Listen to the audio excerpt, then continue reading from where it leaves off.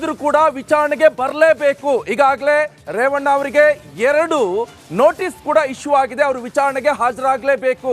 ವಿಚಾರಣೆಗೆ in case ಬಂದಿಲ್ಲ ಅಂತ ಹೇಳಿದ್ರೆ ಅವ್ರನ್ನ ಅರೆಸ್ಟ್ ಮಾಡ್ತೀವಿ ಅಂತ ಬೆಂಗಳೂರಿನಲ್ಲಿ ಗೃಹ ಸಚಿವ ಡಾಕ್ಟರ್ ಜಿ ಪರಮೇಶ್ವರ್ ಅವರು ಹೇಳಿದ್ದಾರೆ.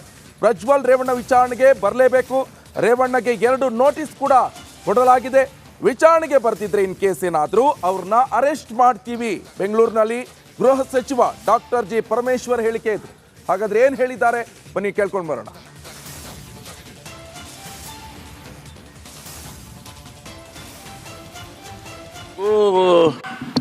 ಪ್ರಜ್ವಲ್ಗೂ ಇಬ್ಬರಿಗೂ ಕೊಟ್ಟಿದ್ದಾರೆ. ಈಗ ರೇವಣ್ಣ ಅವರು ಒಂದು ವೇಳೆ ಅವರು ಏನಾದರೂ ಹೊರದೇಶಕ್ಕೆ ಹೋಗೋದಕ್ಕೆ ಪ್ಲ್ಯಾನ್ ಮಾಡ್ಕೊಂಡಿದ್ರೆ ಅಂತೇಳಿ ಅವ್ರಿಗೂ ಕೊಟ್ಟಿದ್ದಾರೆ. ಯಾವುದು? ಹೌದು, ಅವ್ರಿಗೆ ಇವತ್ತು ಸಂಜೆವರೆಗೂ ಸಮಯ ಇದೆ. ಸೆಕೆಂಡ್ ನೋಟಿಸ್ ಕೊಟ್ಟಿದ್ದಾರಲ್ಲ, ಅದಕ್ಕೆ ಇವತ್ತು ಸಂಜೆವರೆಗೂ ಸಮಯ ಇದೆ. ಇನ್ ದಿ ಮೀನ್ ಟೈಮ್ ಅವರು ಮೈಸೂರಿಂದು ಕಿಡ್ನ್ಯಾಪ್ ಕೇಸ್ನಲ್ಲಿ ಅವರು ಬೇಲಿಗೇನೋ ಅಪ್ಲೈ ಮಾಡ್ಕೊಂಡಿದ್ದಾರೆ ಅಂತ ಕಾಣಿಸುತ್ತೆ. KR ನಗರದಲ್ಲಿ ಕೊಟ್ಟಂತ ಕಂಪ್ಲೇಂಟ್ ಅಲ್ಲಿ ಸತೀಶ್ ಬಾಬಣ್ಣ ಅವರು 2ನೇ ಆರೋಪಿ, ಅವ್ರನ್ನ ಅರೆಸ್ಟ್ ಮಾಡಿದ್ದಾರೆ. ರೇವಣ್ಣ 1ನೇ ಆರೋಪಿ ಯಾಕಿದಾಗಿಲ್ಲ ಅಂತಂದು ಅವ್ರಿಗೆ ಅವಕಾಶ ಕೊಟ್ಟಿದ್ದಾರಲ್ಲ, ನೋಟಿಸ್ ಕೊಟ್ಟಿದ್ದಾರೆ. ಟೆಕ್ನಿಕಲ್ ಏನಿಲ್ಲ, ಅವರು 41A ಅಪಿಯರ್ ಆಗಲೇಬೇಕು. ಆಗಲಿಲ್ಲ ಅಂತಂದರೆ 2ನೇ ನೋಟಿಸ್ ಕೊಟ್ಟಿದ್ದಾರೆ. ಅದಕ್ಕೆ 24 hours ಸಮಯ ಇದೆ. ಆ ಸಮಯ ಇವತ್ತು ಮುಗಿಯುತ್ತೆ. ಆನಂತರ ಏನು ಮಾಡಬೇಕು, ಅವ್ರನ್ನ ಕ್ರಮ ಮಾಡಬೇಕು. ರೇವಣ್ಣ ಅವರಿಗೂ ಪ್ರಜ್ವಲ್ಗೂ ಇಬ್ಬರಿಗೂ ಕೊಟ್ಟಿದ್ದಾರೆ. ಈಗ ರೇವಣ್ಣ ಅವರು ಒಂದು ವೇಳೆ ಅವರು ಏನಾದರೂ ಹೊರದೇಶ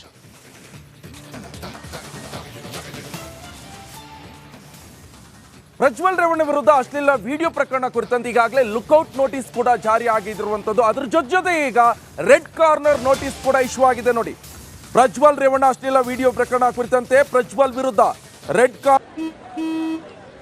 ನಡಿ ಈಗ ಶುರು ಮಾಡೋಣ.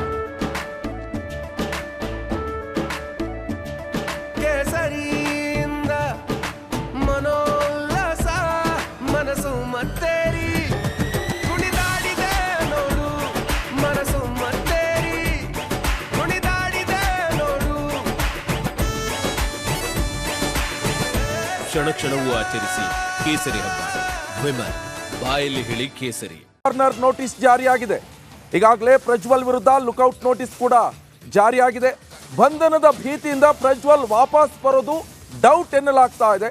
ಪ್ರಜ್ವಲ್ ರೇವಣ್ಣ ಬಳಿ ರಾಜತಾಂತ್ರಿಕ ಪಾಸ್ಪೋರ್ಟ್ ಇರುವಂಥದ್ದು. ಯಾಕಂತ ಹೇಳಿದ್ರೆ ಆತ MP. ಆ ಹಿನ್ನೆಲೆಯಲ್ಲಿ ಹೀಗಾಗಿ ಪ್ರಜ್ವಲ್ ರೇವಣ್ಣಗೆ ವೀಸಾ ಅಗತ್ಯತೆ ಇಲ್ಲ.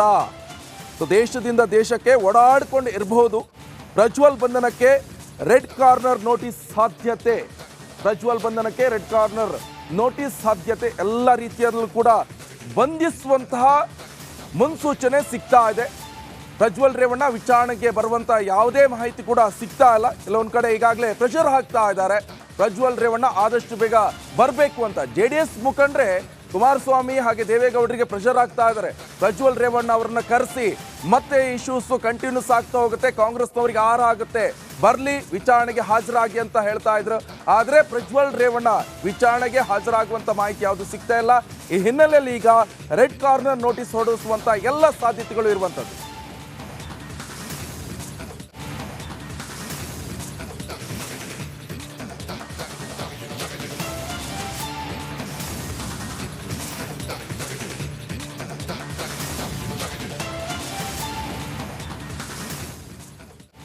ನೋಡಿ, ಬಿಜೆಪಿ ನಾಯಕ ಶಿವರಾಮೇಗೌಡರು ಒಂದು ಮಾಹಿತಿಯನ್ನ ಕೊಟ್ಟಿದ್ದಾರೆ. ಅದು ಕೂಡ JDS ನಾಯಕನ ವಿರುದ್ಧ. HD ರೇವಣ್ಣ ಇದು ಮೊದಲೇ ಪ್ರಕರಣ ಅಲ್ಲ.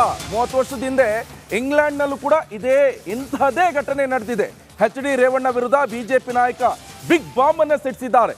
ಹಾಸನದಲ್ಲಿ ನಡೆದ ಘಟನೆ ಇಂಗ್ಲೆಂಡ್ನಲ್ಲೂ ಕೂಡ ಆಗಿತ್ತು. ರೇವಣ್ಣ ಇದೇ ರೀತಿ ಇಂಗ್ಲೆಂಡ್ನಲ್ಲೂ ಕೂಡ ತಗಲಾಕೊಂಡಿದ್ರು. 30 ವರ್ಷದ ಹಿಂದೆ ಇಂಗ್ಲೆಂಡ್ನಲ್ಲಿ ಸಿಕ್ಕಾಕೊಂಡಿದ್ರು HD ರೇವಣ್ಣ ವಿರುದ್ಧ ಶಿವರಾಮೇಗೌಡ